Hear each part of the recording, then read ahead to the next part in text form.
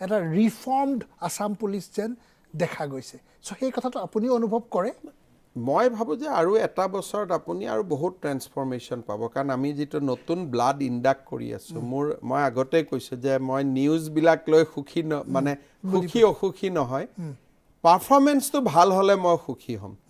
আজি দুখিয়া ঘৰৰ লৰাটাই পাইছে